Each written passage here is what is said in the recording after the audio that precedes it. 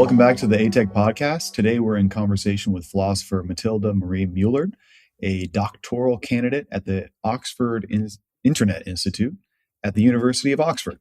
We'll be discussing her recent article, Contextual Negation by Moral Opposition, which examines the ethics of virtual simulations with particular attention to simulations of sexual assault. So thanks a lot for joining us, Mathilda. Thanks for having me. Yeah, absolutely. So just to get started, could you tell us a bit about your background, maybe like where you grew up and what first drew you to philosophy? Yeah, so I actually grew up in the north of Germany, in Hamburg, and I was first drawn into philosophy in my teenage years when I was kind of looking into feminist philosophy for the first time. I read some Simone de Beauvoir and felt very intellectual. And then I went on to study philosophy, politics, and economics in London. So I moved to the UK for that and particularly enjoyed my philosophy modules. Later in that degree, I spent a semester at the National University of Singapore. And there I was then confronted with a lot of sort of tech on campus. So for instance, they had these little robots that were driving around to clear up trash. And when you tried to check out at the local grocery store, you had to scan your palm, bizarrely, to pay. And so that was when I first started thinking about kind of ethics and technology together. And that then prompted me to do a master's in ethics of AI data and algorithms at the University of Cambridge. What did you study in Singapore? What was the main reason for going again? So it was just a semester abroad during my philosophy, politics, and economics undergrad. So it was part of that, though I actually mainly did Arabic in Singapore. The semester for me was kind of a try out things that you normally wouldn't try semester. And so I mainly did philosophy and Arabics there, yeah. Cool. That's really cool. Well, we have you on the show because we're going to be discussing the ethics of virtual simulation and simulation technologies. Think VR, think robots for various purposes. But maybe at a high level here, maybe you can just tell us about this area of ethics. What do they talk about in this domain? Yeah, so the way I understand simulation ethics, if we can call it that, is that we normally ask what is morally permissible in the simulatory realm. So one might think everything goes because nobody is harmed and simulations are just games, or one might think that there are actually restrictions based on what's permissible in real life. And so I actually first became interested in simulation ethics when I was discussing the gamer's dilemma, which we might get back to again later during my master's. The main thing that fascinates me about this area of research, I think, is that our moral intuitions oftentimes aren't as strong here. So, for instance, my supervisor at Cambridge, Claire Ben, brought up this video game called Deism. I don't know, I hadn't heard of it before. In that game, you are God, and your aim is to sort of keep the world under control. And you have the option to throw digital heretics into volcanoes. And so Claire asked me, do you think that's morally permissible? Is that right? Is that wrong? And I don't know about you guys, but I didn't really have any strong moral intuitions. And so, I was then wondering how we're supposed to decide what's right and what's not in the absence of strong moral intuitions. Yeah. Sam, would you throw the heretics into the volcano? Well, that's pretty funny. That was my first reaction. That's kind of humorous. But yeah, I mean, I think it's interesting though. Like if you think, so I'm always thinking about, I'm often pretending with my, 4-year-old son, like yesterday we were pretending to be gorillas who lived in a cave. And anyway, wherever things go. But it's interesting to think about, like if I was like, hey, Frank, let's pretend to be religious leaders and let's kill some heretics. Like that would be like pretty weird and like potentially like we should not be pretending that. So it's kind of interesting how, I guess the other point being is that like the context of the simulation, the context of the pretending also is relevant because like in the deism game, I don't know. It just sounds a little bit more like humorous and fun. But if it's me and Frank pretending to kill heretics, I feel like that's a little bit. I don't know. But I mean, Anyway, you guys could make it silly and fun, right? I mean, it's true. Yeah. yeah, it's that's exactly what I mean. It's just not as clear cut, I think, as many other areas of ethics are. Yeah. So just to be clear, like, for the listeners, like, ethics of simulation, that can cover video games. It could cover VR, but also, I mean, simulation in a way is just pretending. So the ethics of, what is like morally permissible in terms of like what me and Frank pretend to do together. Yeah. I mean, that would fall under this as well. That's absolutely right. I mean, you can also think about sort of board games, what you're playing with Frank. All of this would be considered as forms of simulations. Yeah. And then, I mean, what about just popping in my head? Like, what about fantasy? Is that like ethics of things that you're permitted to fantasize about? I'm just thinking like, because it's also kind of weird if I was just sitting here like, oh, I'm just imagining killing heretics. Like, I don't know, that would also be like, yeah, I mean, worrisome. Fantasies actually oftentimes come into the discussion, particularly when people make arguments about how the morality of simulations hinges on the sort of desire behind the simulation. So you might say, if you are pretending to kill heretics because you have an actual fantasy of doing so there's an actual desire of you wanting to kill heretics, and you're kind of playing out the simulation to satisfy that desire, then some people think that might be morally relevant. So fantasies do come in, although I probably wouldn't classify them as simulations in a straightforward sense. Right, that makes sense. Yeah. They're like adjacent. Is that because in a simulation there's also like a real time kind of thing going onto it, whereas a fantasy might just be like a glancing thought? Is that why? Or I mean, I think so. For me, it seems that a simulation has to be kind of actionable. There has to be some concrete actions taken. I'm not sure if thoughts fulfill the conditions for being a simulation, but actually, this term simulation is controversial, and different people have different definitions, as it always is. So it kind of depends, I suppose, on your conceptualization. Yeah, people disagree about terms in philosophy. I was unaware of that. I'm kidding.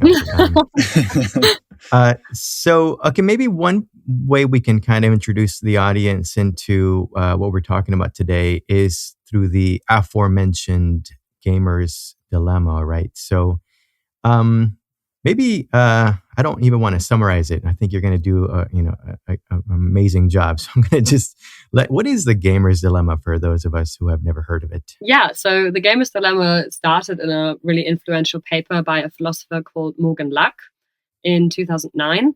And in that paper, he points out that many of us intuitively seem to find virtual murder, so for instance, murder in video games, morally permissible. There doesn't seem to be that much of an outcry over virtual murder. But at the same time, we seem to find virtual child molestation quite morally problematic.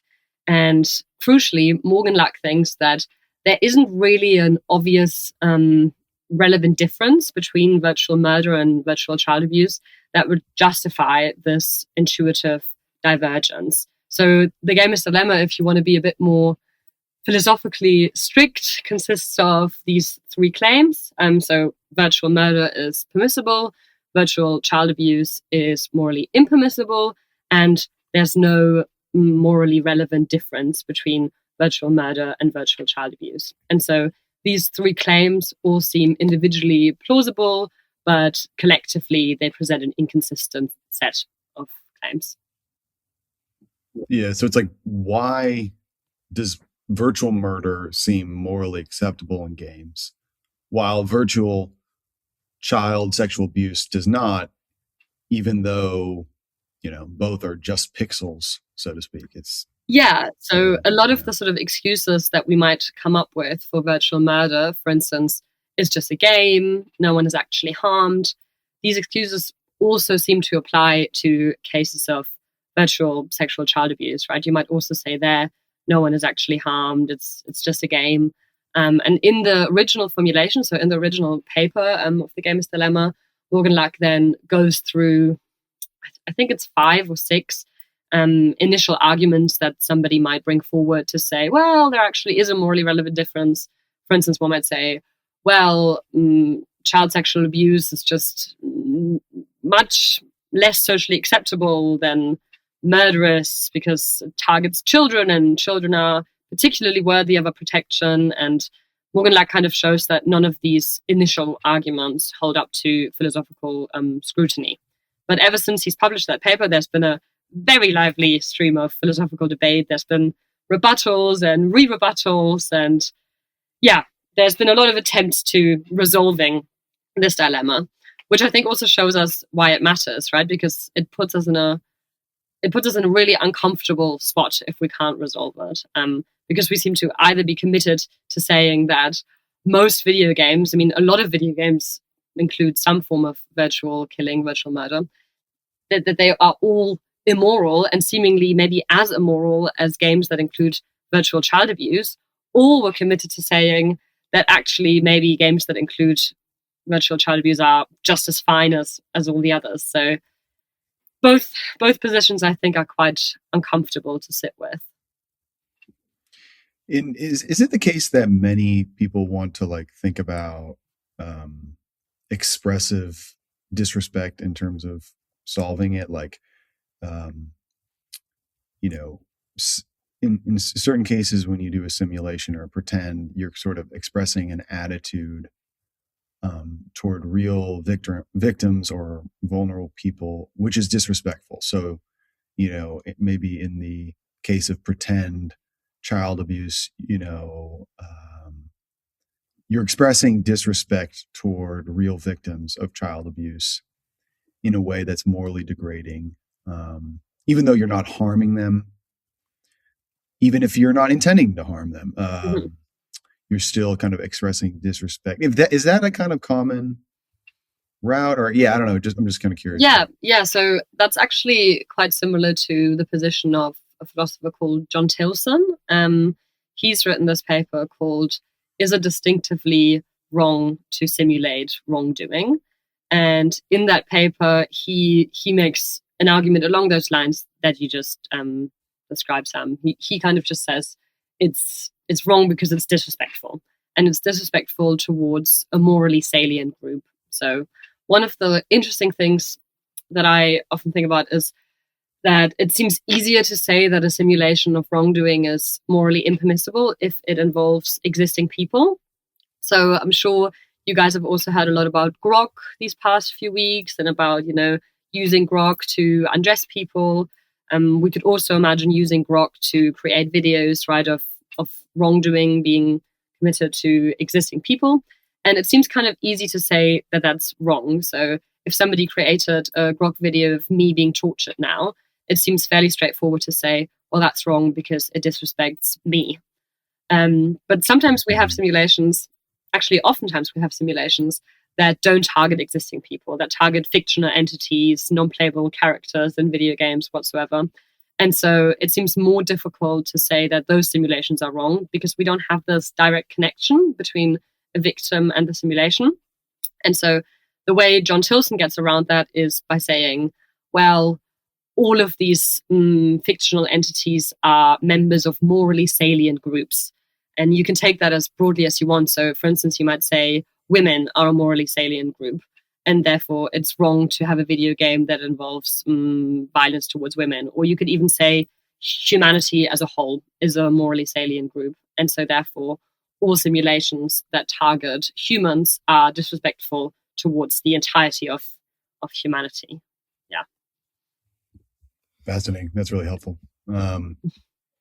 So good. I mean, it might be just helpful just to kind of flag at this point for the listeners that the simple positions in the ethics of simulation sort of don't quite work. Like, I'm just thinking, you might want to say, oh,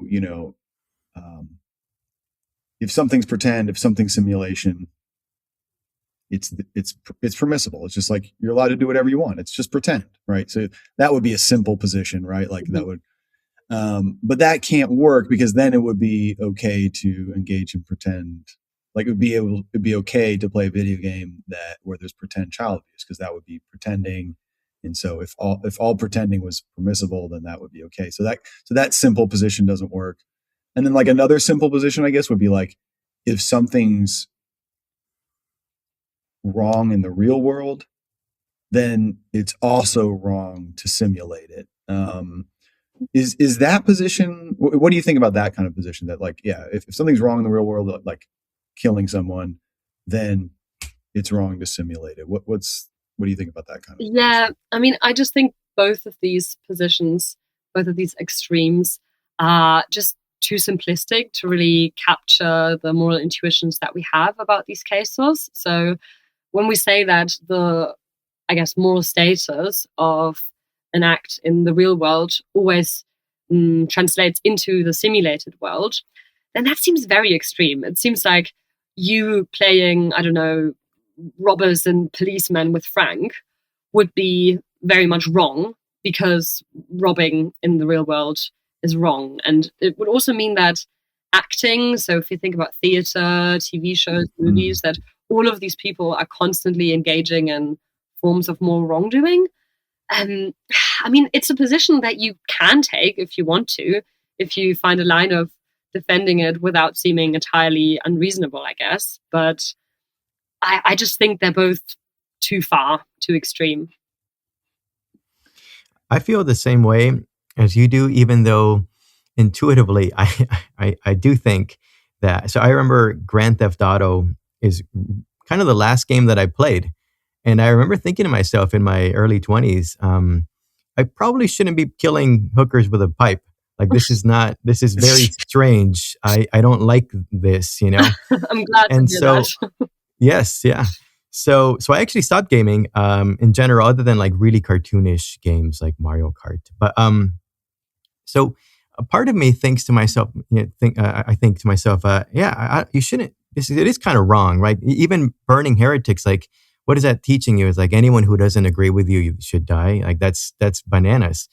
But at the same time, there's no way I can actually uphold that principle because I pretend to do things all the time. It's very easy to say I live by this principle, but when our actual behaviors don't tend to match that because I'm sure I do. I watch violent shows, right? And that's kind of the same thing. So, or it's adjacent at least. So yeah, I think. No, sorry. I actually think you were raising an interesting point there because you just said that when you were playing that game, you were thinking, oh no, it was about the heretics. What does that teach you, right? Does that teach you that whenever people don't agree with you, it's fine to harm them? So that's actually a different line of reasoning that you could take compared to the one of John Tilson that we were just discussing. So you might either say that these kinds of simulations are wrong because, say, they're disrespectful. So that would be a sort of intrinsic wrong. It would be something that's wrong in and of itself. Or you can think about downstream effects, right? And so when we worry about these sort of video games teaching us problematic values, then that would be a bit more of an extrinsic argument. So we'd be thinking more about the causal effects that this might have on you. And both are, I mean, viable strains of reasoning that we could take. I wonder, sorry if this doesn't make sense, but I'm kind of wondering whether there's a way of going the route that Roberto was talking about, but keeping it intrinsic. Like, I'm just thinking about like a kind of like, I don't know, maybe Aristotelian type framework where you're like concerned with what a virtuous person would do, maybe. And maybe it's like the action is sort of intrinsically one that is corruptive of a virtuous disposition.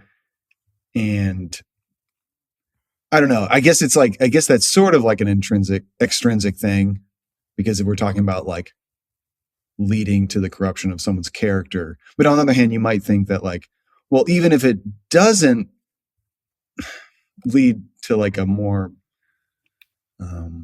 bad actions down the road, it's like it's intrinsically not the thing a virtuous person would do. Anyway, this is No, maybe no, not very helpful. I think that's really interesting. I actually think a lot about this intrinsic, extrinsic thing, because I'm kind of trying to determine right now where I place my research more, and I indeed am more concerned with the intrinsic side of things as it stands.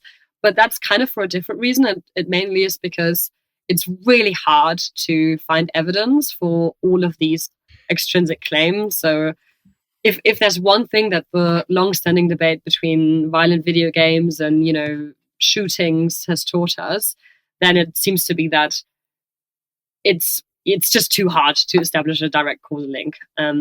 So as far as I understand the evidence between, you know, violent video games increasing real-world violence, it's inconclusive at best, because there's so many other variables, right? Confounding variables. It's really hard to isolate two variables and establish a connection between them. And I also think, just intuitively, if we imagine a case where somebody engaged in these simulations and they are completely isolated from the rest of society, so I don't know, say they live on a deserted island by themselves and they will never meet anybody else ever again, it still seems wrong to me that they're engaging in these sort of simulations, and we're completely bracketing out the possibility of them having, you know, downstream effects on society or on other people. So, I mean, I guess your consideration around corrupting one's own character would still count there, but yeah, I think it's an interesting line of thought. Great. So maybe now we can, because what you just brought up, you know, this concern with intrinsic versus extrinsic wrongness of an action. This is something that you touch on in your paper and dive into. So maybe let's kind of shift more directly to your paper now. So your paper has a very interesting connection to a video game called No Mercy. And it's basically a highly controversial video game, you know, morally disturbing to many people. So could you tell us a little bit about this game? And then, it also maybe like the developers of the game, they kind of gave a defense of it. Anyway, can you just kind of introduce us to this game? Yeah, of course. So this game was released on Steam, on the global gaming platform, in March 2025. It made headlines pretty quickly because it is, it's a self-proclaimed rape and incest simulator video game. So the game centers on a male protagonist who's encouraged to, quote, become every woman's worst nightmare and to never take no for an answer. That was actually the tagline that it was advertised with. So pretty quickly there was a media outcry around it, and that resulted in bans in a couple countries. So Australia ended up banning it, Canada banned it, and eventually the UK also banned the game. And that then resulted in the developers of this game, they're called Zerad Games. They basically voluntarily pulled the game from Steam, kind of to avoid Steam from getting into trouble, and because I think the message was loud and clear that the public wasn't too happy with this game. But very interestingly, they published this open letter to sort of explain themselves and to give a statement about all of the media outcry. And in that open letter, they took an interesting route to defending their game. Namely, they compared the game to sort of consensual role play and what we might call kink between consenting human adults. So they said, I've got a quote from them here from their open letter. They said, if someone plays with their partner at home, pretending to be a student and teacher who demands sexual acts in exchange for a grade, should we label them as sick and call them rapists, check their computer and lock them in prison? So I think that kind of captures their line of reasoning quite well. They're basically claiming that their game is part of this kink culture, and that everyone that disagrees with the game is, you know, kink shaming and maybe just not open-minded enough for these sort of, sexual role plays.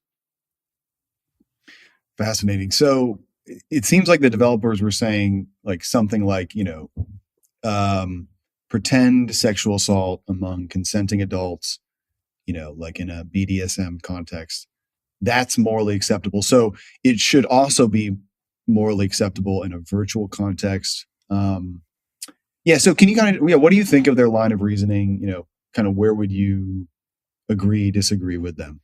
Yeah, so I think, what they seem to be saying is that role-playing these things in a BDSM context, as you just described them, is permissible, and that therefore the same content of simulation, so role-playing sexual assault with technological media, like with video games, should also be permissible. And the implicit claim there then is that simulations with humans and simulations with technology are morally equivalent if they share the same content, if that makes sense. And so that's basically the claim that I am contesting in my paper. So the question that really comes out for me is, does the medium matter? So does the medium with which we simulate these things matter for the moral evaluation of the simulation? And they seem to be saying no. They seem to kind of just implicitly assume that. And I, in my paper, am saying, yes, actually, it does matter whether we're simulating this with a consenting human adult or through a video game. Mm-hmm.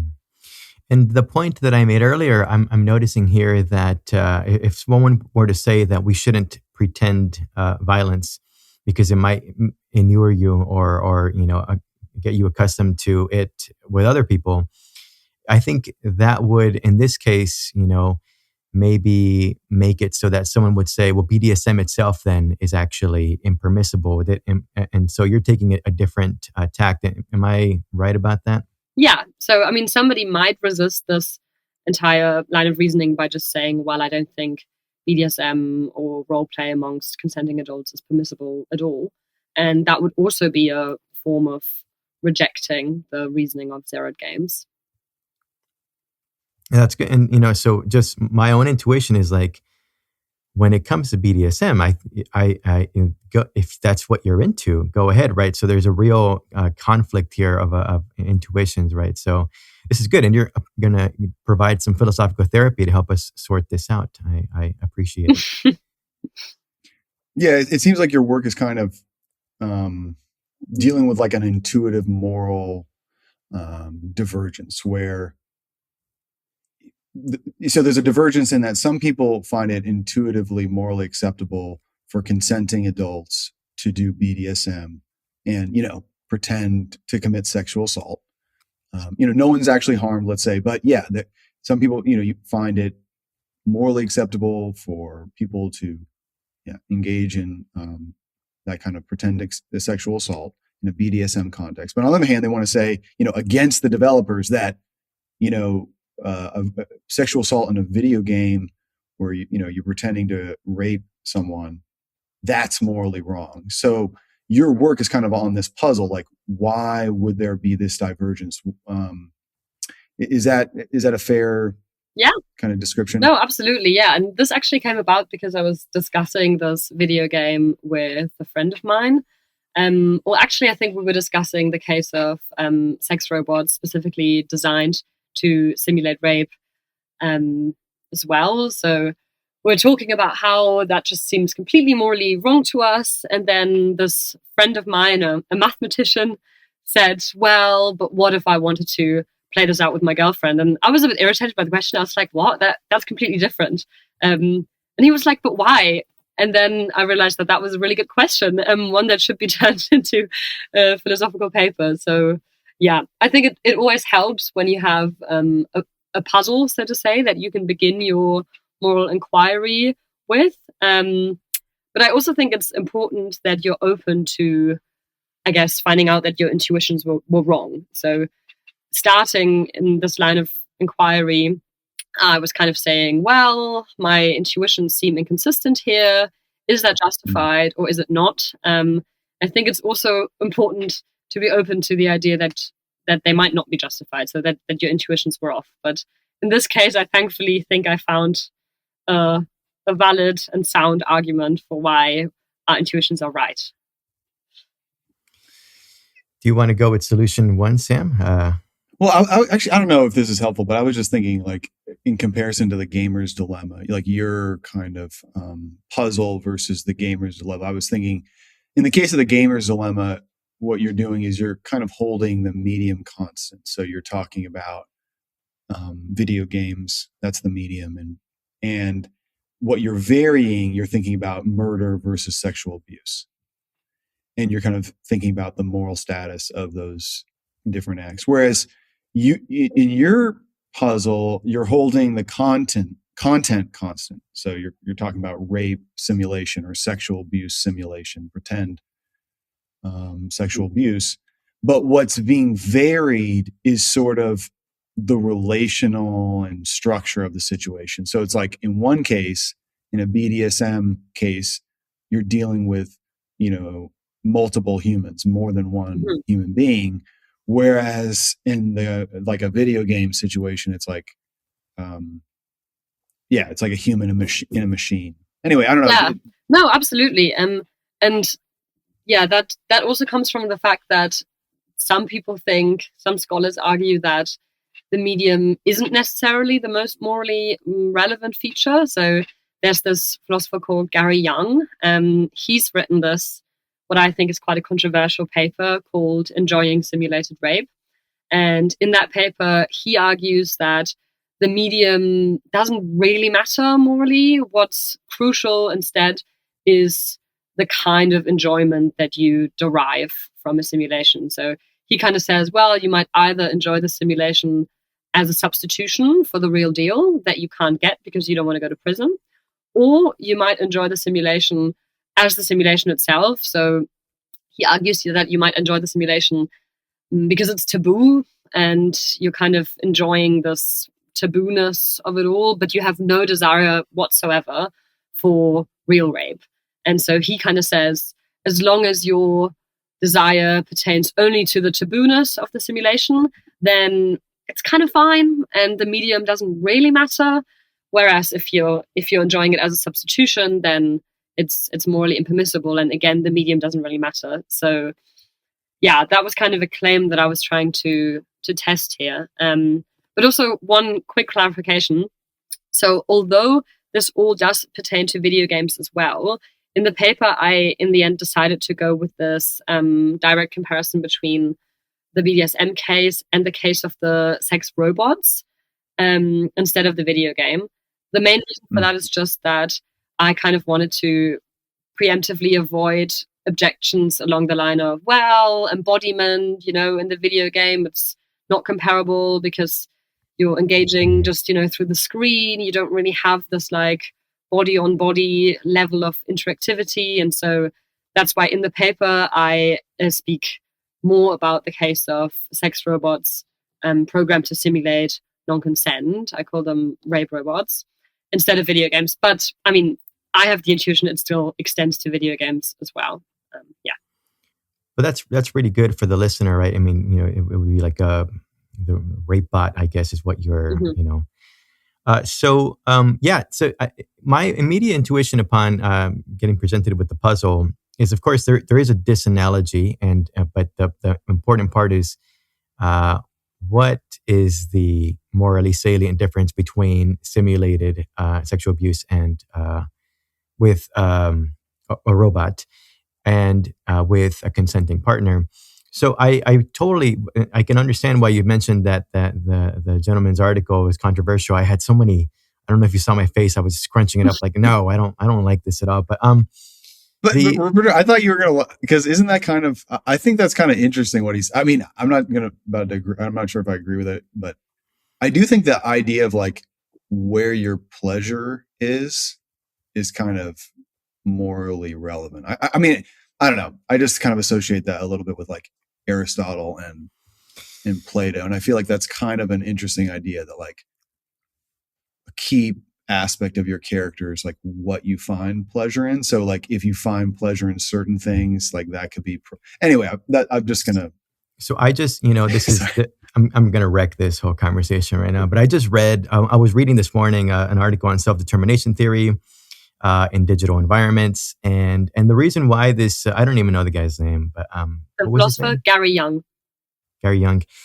It sounds really atomized. And one of the core tenets of self-determination theory is that you will thrive and your well-being is contingent upon at least, one of them is relatedness. And so if your pleasure is so atomized in that way, that seems like you're even you sometimes you want what you don't need, and you think you need what you don't want, whatever, so in this case, to go in that direction, I think, is actually away from well-being, even though they might in the moment enjoy it. And so that's my 2 cents. But does that land at all, Mathilda? Yeah, I think that's really interesting. I also remember while reading Young's article that I'm kind of just skeptical of us being able to identify the source of our desire this specifically. I guess I'm just finding it hard to imagine that. I mean, he even goes as far as saying that this applies to like child sex robots as well.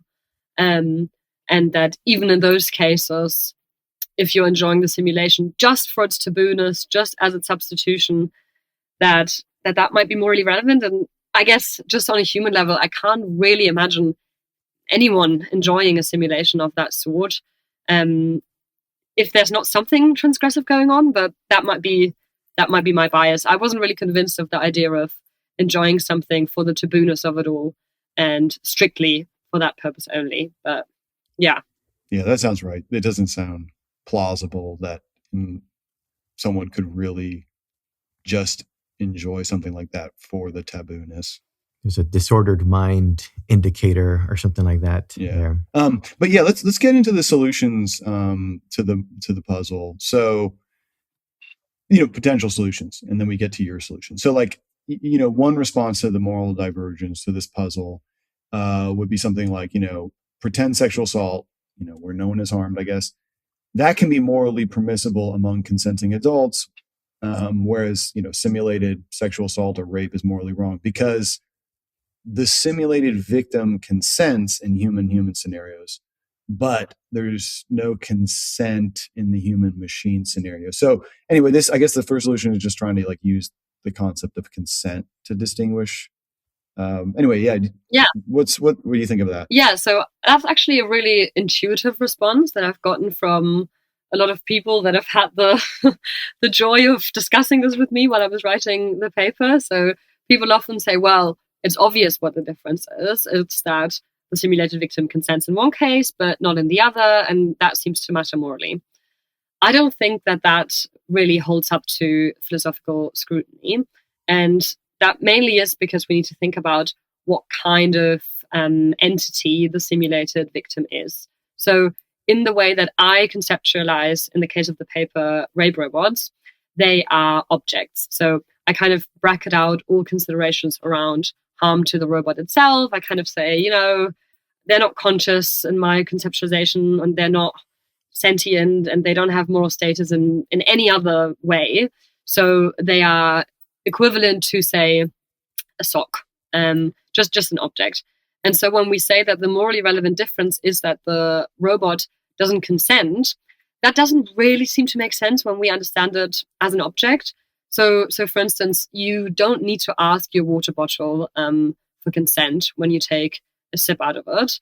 And you also don't really need to ask, sorry for the graphic example, you also don't really need to ask a condom whether it's fine with, being used in that way. And so that argument, I think, also applies to the rape robots. So because they are not entities of which consent would be required to legitimize the act, that can't really be the morally relevant difference. Does that make sense? Yeah. Absolutely. Yeah. So, okay. So then maybe we should move, in the interest of time here, to your solution so we can really flesh that out, because we've already explored a couple of contenders, and it's not taking us to the promised land. So, why? Yeah. So I start with the idea that simulating rape is generally what we call a pro tanto wrong. So that means it is wrong to a certain extent. It is in principle wrong, but it might be outweighed by other considerations. That idea is taken from the John Tilson paper that we were discussing earlier. I kind of just start by saying, look, it seems to be a pro tanto wrong in both the case of BDSM, or in both the case of role play, and in the case of rape robots. The question then is whether that pro tanto wrong can ever be neutralized. So whether that can ever be outweighed by other considerations or whether it can even be negated. And I think that it can be negated in the case of BDSM, but not in the case of rape robots. The basic idea for why that is that the context of the BDSM simulations seems to embody the values that stand directly opposed to those being violated in the simulation. So let me put that simpler. Basically, we've got a rape simulation. So the values that the simulation is violating are, say, sexual autonomy, respect for consent, respect for bodily integrity, and that's what constitutes the disrespect. But in the BDSM scenario, we have a context that relies on negotiations. In the best case, it relies on really full grounding all participants' sexual autonomy and bodily integrity. We, in the best case, have safe words. So there's a lot of constraints in place, and the entire simulation is guided by the respect for those very values that the simulation is violating.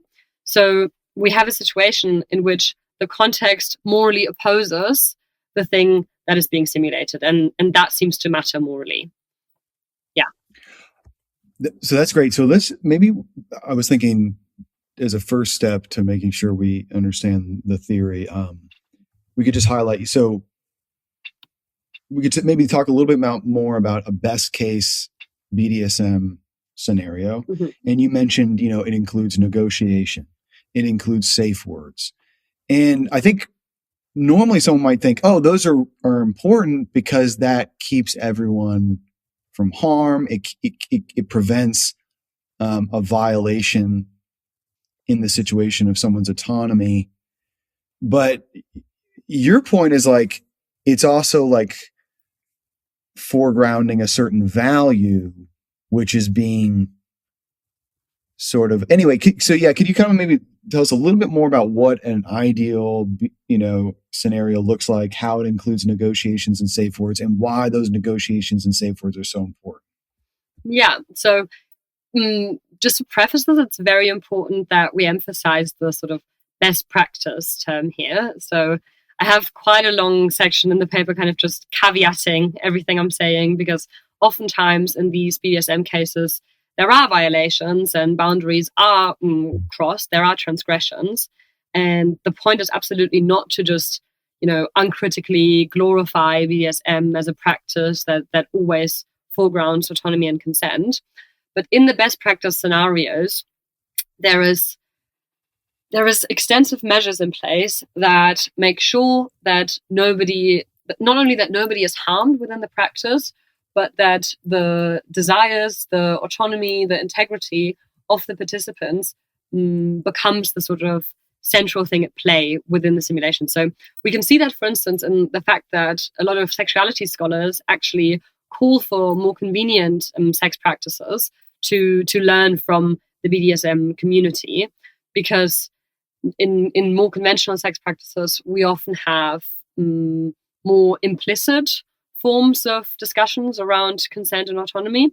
And so there also is actually empirical evidence that points towards the BDSM community holding lower rates of, for instance, rape myth acceptance, or they hold lower rates of victim blaming and of benevolent sexism. And we assume that is because this practice of negotiating, of explicitly discussing, what do you want, what do I want, that foregrounds sexual autonomy in a way that is even empirically measurable, which I think is quite interesting. So, yeah, does that make sense? We're learning so much about the BDSM community. That's that's definitely. I mean, it's so. I wanted to say obvious, but it's so intuitive once you think about it. Like, oh yeah, well, obviously, so much goes unsaid sometimes, but in the BDSM community, it is important to literally specify every detail of what is acceptable and what is not. And that's something that I think almost like every domain would benefit from, right? It doesn't have to be sex or anything. So making our background assumptions explicit seems pretty important. And that makes all the difference, because you can't do that or you don't do that with a robot. Exactly. So it's like in the best case kink scenario, they're in the structure of the situation, like people are talking about the limits, they're talking about their expectations. Either person is kind of given the authority to stop things instantly using the safe word. Afterward, there's going to be like, checking in with each other, making sure everyone's, okay, no one was actually hurt. And so it's like all those things are important for like preventing harm in that situation. But, you're kind of making the point that all these things are also important insofar as they are, in sort of endorsing the values of autonomy and bodily integrity. And that's really important because in the pretend act, right? Like it seems like you're violating that, right? Because if you pretend to engage in sexual assault, that's like the pretend act is a violation of autonomy in some sense. Yeah, exactly. Because right? Yeah. It seems like to me, at least to me, it seems like these negotiations, all of these practices, they're not only there to prevent harm from happening, they also transform the entire act of the simulation into a celebration of those very values. So of sexual autonomy, of bodily integrity. I mean, the entire act of saying, I'm interested in performing these sort of acts. How can we make sure that you can kind of perform the sort of acts that you're interested in? And even though they might kind of be quite out there, we're here to collectively respect each other and to make those things happen. That to me seems like an enactment of those very values, right? Of sexual autonomy and of respect for everybody's boundaries and of respect for consent. So it's not only that these values sort of accompany the simulation, they are very much operationalized within them. So they constrain the simulation, they shape the simulation, they determine, what goes and what doesn't go. It's very different to say having, a disclaimer in the beginning of a video game that says, oh, by the way, we don't condone any of this. Because in those cases, you don't have this sort of operalization. Is that the word I'm looking for? Basically, you can either have these values accompany a simulation, for instance, by saying before you engage in a simulation like that you're not actually interested in any of it, or you can have the values shaping the entire simulation by, setting boundaries and by kind of transforming the entire act, into a celebration of those very values. And I think that's what's going on in best practice cases of BDSM. So it's super fascinating. I mean, I think it's very plausible that that point about the very same values that are sort of under attack in the pretend act, namely like someone's autonomy, their bodily integrity. Those exact values are sort of, in a way, being challenged or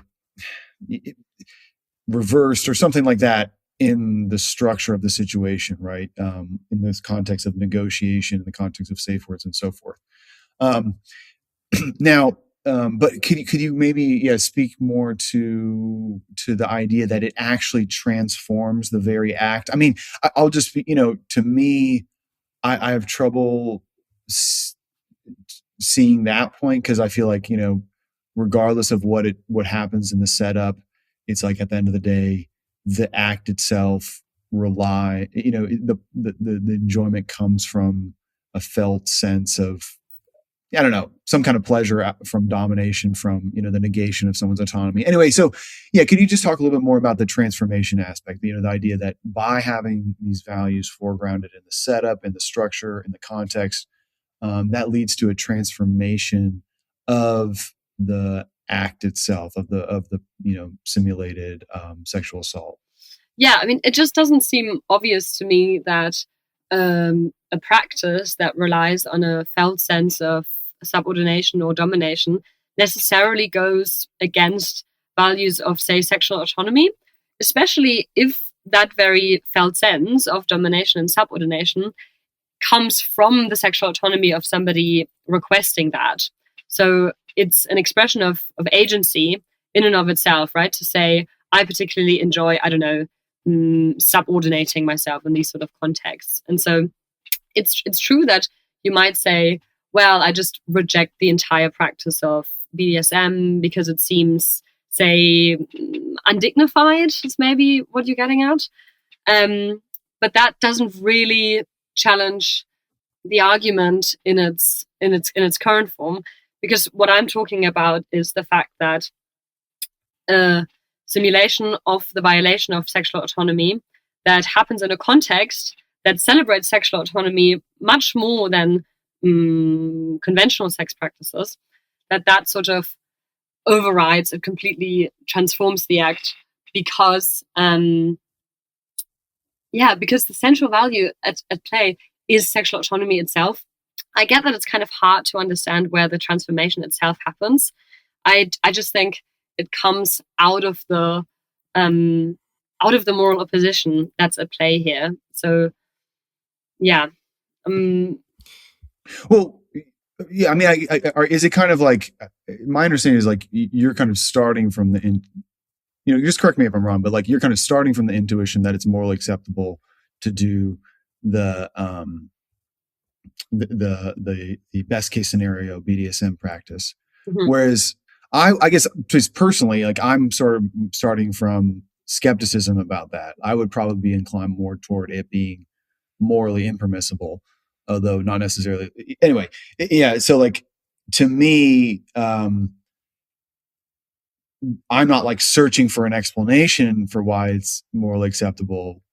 I'm still more like leaning in the direction that it's not. So then I guess like I'm like, yeah. So like I'm more having trouble seeing that how the transformation occurs. Whereas it seems like from your position, where if you begin with the intuition that it is more acceptable, then it seems like this is the explanation of how it manages to be transformed is through the structure. Anyway, I don't know if that makes much sense. Yeah, I mean, I think, no, that does make sense. I think it kind of comes from why you think that the sort of BDSM practices maybe not permissible in the first place. Like the crucial part for me and for my argument is to say that sometimes simulating the violation of a value in a context that foregrounds that very value transforms the simulation from a pretend violation of the act into an affirmation of that very value.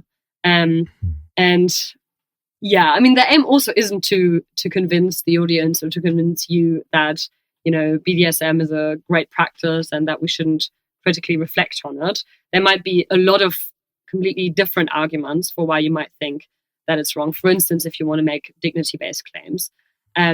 But this sort of moral opposition of the context and the simulated content is what really matters for my argument to get off the ground. So, yeah. It seems like you can probably bake quite a bit of bread with this principle, right? I mean, have you tried applying this to other domains, this kind of insight that you had? Yeah, so one example that I touched on in the paper is this idea of anti-bullying workshops, where at least at my school, we had this anti-bullying team come in, and as part of the workshop, they conducted this sort of role play simulation of what bullying might look like. And so I think that might be an example where we can apply this mechanism too. So you have a simulation of bullying, you're role-playing, you know, exclusion, and you're role-playing the violation of particular values, for instance, dignity, empathy, that sort of thing. But that's happening within this context of raising awareness for that very phenomenon that you're simulating. So there seems to be a similar moral opposition at play there. And then whether you think that suffices to transform the act, I think depends on the values that you identify as being central to the simulation here. So I have a bit of a discussion in the paper around how the values need to be quite specific. That originally came from the intuition that not all role play cases of BDSM, we're getting back to that again, I'm sorry, are permissible. So, for instance, if two people now engage in a role play of sexual assault, but it's not just abstract, generic sexual assault, it's the sexual assault of a existing person that, say, has been in the media, then I think the pretender wrong of that simulation remains. And the reason for that is that I think we're then not only speaking about the general value of sexual autonomy, bodily integrity here anymore, but we're speaking about the value of the sexual autonomy of that specific person whose violation you're simulating. And because that person isn't involved, you don't really get this perfect moral opposition of having the exact value that is being violated foregrounded in the context. And I think this similar line of reasoning can be applied to the anti-bullying workshop as well, or to other settings that you might think of. What really matters is for you to say, okay, well, what is the central value that I think is being violated in this simulation? And what is the central value that governs the context of the simulation? And when you can find a way of arguing that these two values are indeed the same ones and that they morally oppose each other, then the mechanism succeeds. Does that make sense? Yeah. So like the mechanism only works if there's like a point-to-point value lineup between the good that the simulation pretends to violate and what the context protects. So the context needs to be protecting point for point the same good that the simulated action is violating. And so that's kind of the moral opposition element of the mechanism, yeah, right? Exactly. Does enjoyment, just to bring it back to something we were talking about earlier, is that relevant to the situation? Like if the person in the situation, if their pleasure is tied to the mutual agency going on in the BDSM context, or instead tied to domination and submission, is that relevant in your theory at all? Like the individual motivation of the actors, or is that not? Yeah, I mean, it's kind of implied in this idea of foregrounding sexual autonomy. So it's interesting that you're saying, is it either that the enjoyment is derived from this mutual agency or from this felt sense of domination and subordination? I actually don't think those two are mutually exclusive.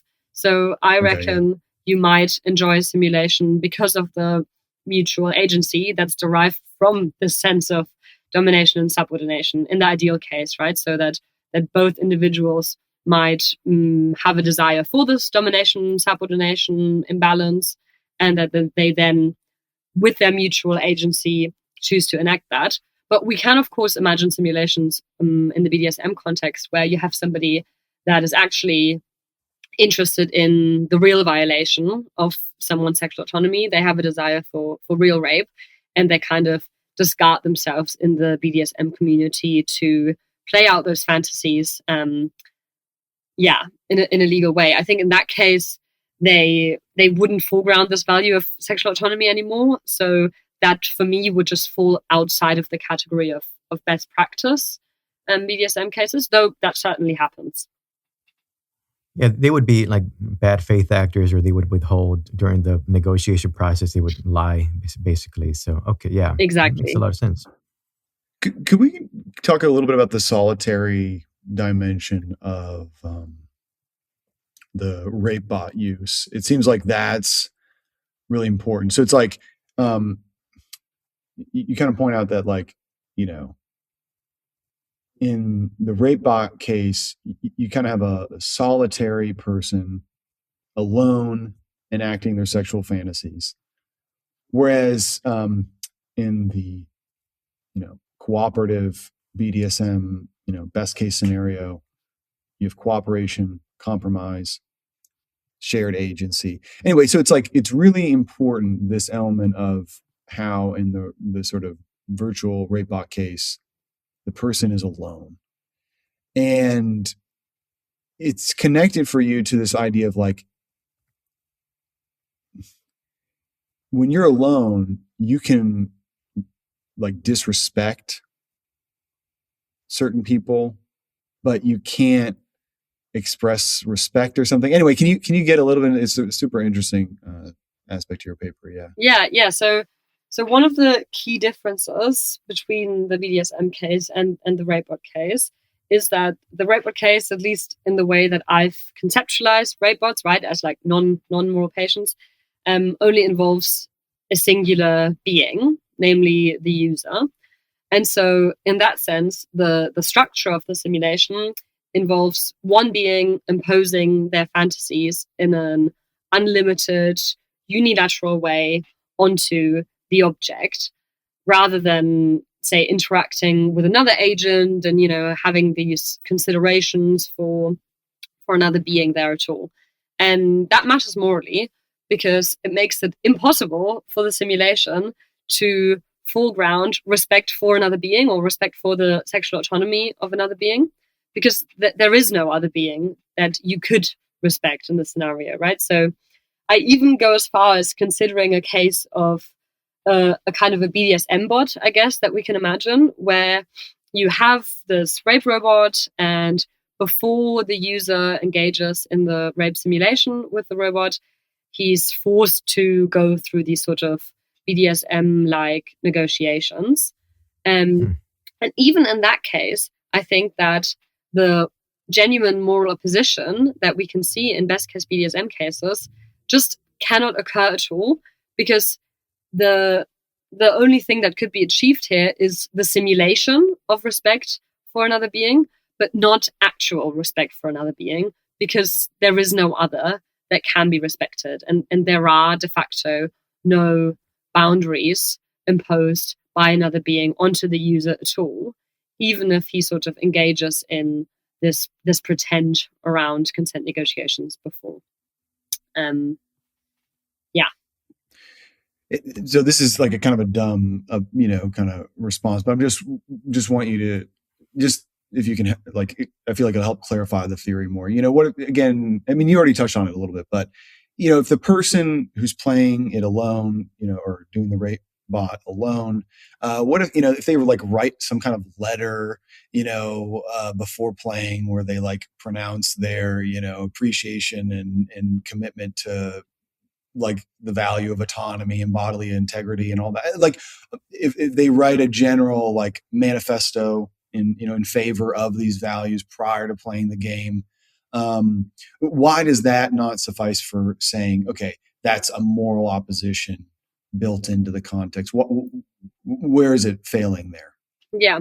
So I think that would be another instance of this kind of disclaimer-esque situation where you have the values of sexual autonomy, for instance, accompany the simulation, but not really govern it. So in the case of the user writing a whole book, if you like, on why sexual autonomy is to be respected, you still don't have a simulation that is practically structured and governed by this very norm of sexual autonomy. So at the end of the day, it just comes down to the fact that there still is no constraints that come from the sexual autonomy of another being imposed on the user in the simulation itself. So it's this kind of distinction between accompanying values and sort of structuring values, governing values.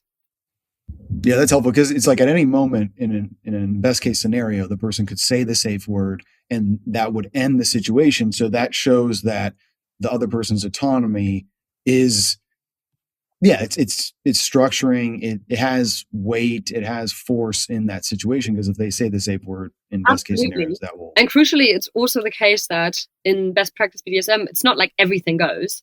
It's not like, you've agreed that everyone's allowed to do whatever they want and they can hurt each other without bounds. So there might be a practice that one participant might be interested in that the other participant just says in the pre-scene negotiations are off limits, and then that is to be respected, right? And if that weren't respected anymore, then it wouldn't be a best practice case of BDSM anymore. So as soon as one of the guidelines that were discussed before the scene are violated, or as soon as the safe word is uttered and that does not result in the immediate cessation of the act, the entire scene actually just transforms into sexual assault.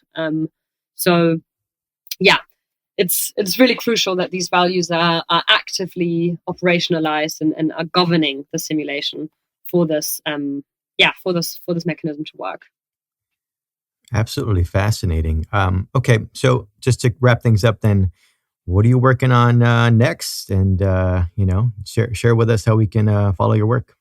Yeah, so I'm actually now in the process of extending this kind of work for the PhD that I've just started here at the Oxford Internet Institute.